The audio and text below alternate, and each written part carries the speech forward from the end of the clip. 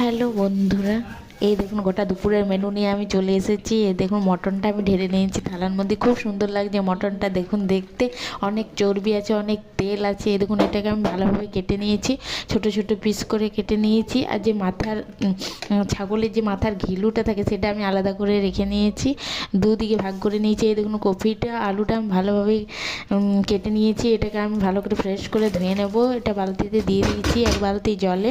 সেটাকে আমি ভালো করে হাতের মধ্যে একটু ভালো করে ধুয়ে নিয়ে তারপর কড়াইয়ে দেখুন বসিয়ে দিয়েছি। এখানে তেলও দিয়ে দিয়েছি, তার মধ্যে দিয়ে দেবো পেঁয়াজ আর লঙ্কা। এটাতে আমি ভেজে নেব। এবার পেঁয়াজ রসুন আদা ছাড়িয়ে নিয়েছি আমি মাংসের জন্য। এই দেখুন কপিটাও ফুটে গেছে, খুব সুন্দরভাবে ফুটছে। এগুলো পেস্টও করে নিয়েছি মশলাটা, আর তাড়াতাড়ি আগের থেকে সব তাড়াতাড়ি। আর দেখুন পেঁপেও কেটে নিয়েছি, খুব ভালোভাবে আমি পেঁপেগুলো কেটে নিয়েছি। এগুলো মাংসের সাথে যাবে। তারপর দেখি এদিকে ভাতটা বসিয়ে দিয়েছি উনুনে। ভাতটা কত দূর হয়েছে একবার দেখে নিই। দেখুন উনুনটা আমি ভালোভাবে একটু ঘেঁটে দিই, তাহলে ভালো জ্বলবে। এই দেখুন কপির ঝালটা আমার দেখতে দেখতে হয়ে গিয়েছে, ভাতটাও হয়ে গিয়েছে, দুটো কমপ্লিট। তারপর হচ্ছে চাটনি, টমেটোর চাটনি, এটা ফুটছে। তার মধ্যে এদিকে বসে গেছে মটন কষা। তো মটন এখনো দেওয়া হয়নি, মশলাটা কষানো হচ্ছে। এই দেখুন মটন কষাটা আস্তে আস্তে হয়ে যাবে, এটা এখন হয়নি, এখন মশলা কষা চলছে। কষতে কষতে আমি পেঁপেটাও দিয়ে দিয়েছি। পেঁপেটা খুব ভালোভাবে কষে নেবো, কিন্তু আমি খুব সুন্দরভাবে কষতে হবে, না কষলে কিন্তু খেতেও ভালো লাগবে না। আর ঝোলের যে ঝোলটা হবে সে কালারটা ভালো আসবে না। তাই আমি ভালোভাবে কষে নিচ্ছি।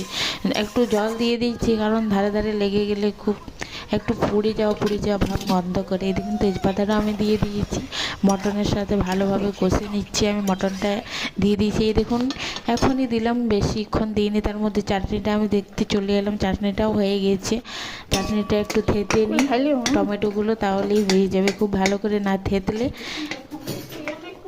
খুব ভালো করে না থেতে দিলে একটু মানে ভালো লাগে না। আর এইদিকে দেখুন একটু মটন আমি কালের জন্য রেখে দেবো।